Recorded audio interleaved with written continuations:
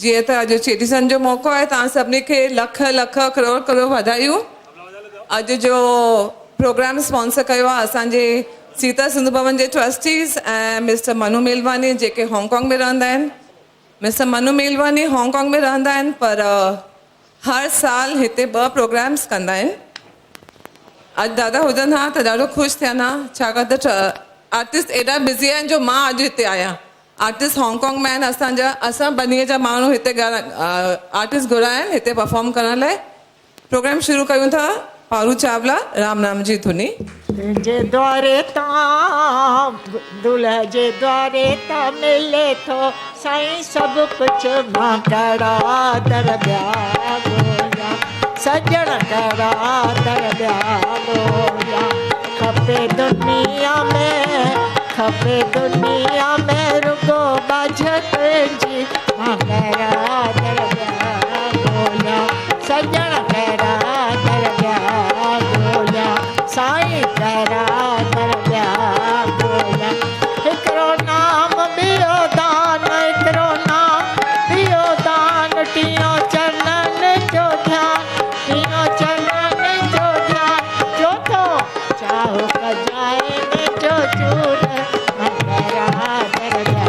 ॻोल्हियां चोथो चाहो कजाए जो चूर करा दर ॿिया ॻोल्हियां सजण करा दर ॿिया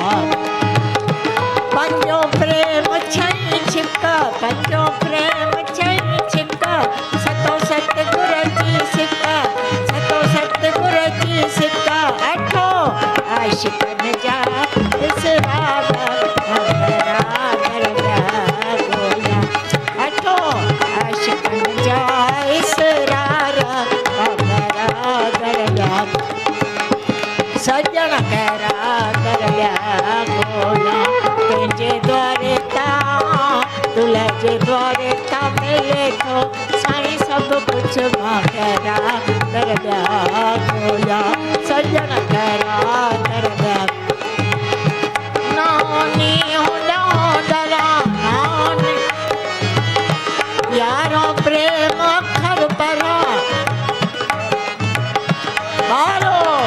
जग जाए बाजारा करा दर ॿिया ॻोल्हियां बारो बाजक जाए बाजारा करा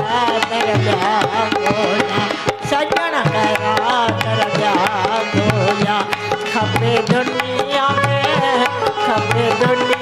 में रुगो बाझत जी करा दर ॿिया ॻोल्हियां सजण करा सतरो सेणी ॾिसो मत सतरो सेणी ॾिसो मत हरो कोड़े कढको मत हरो कोड़े कढको मत होणियो आत्मा खे लुट होणियो आत्मा खे लुट वियो पैसा कजाए भरपूर करा दर ॿिया ॻोल्हियां वियो पैसा कजाए भरपूर करा दर ॿिया ॻोल्हियां साईं करा दर ॿिया ॻोल्हियां झूलण करा दर एकियो आनंद खे लुटिया एकियो आनंद खे लुटिया पावियो ॿहे गुण फसां पावियो ॿहे गुण फसां तेरो टेम ते मां अचां तेरो टेम ते मां अचां चोवियो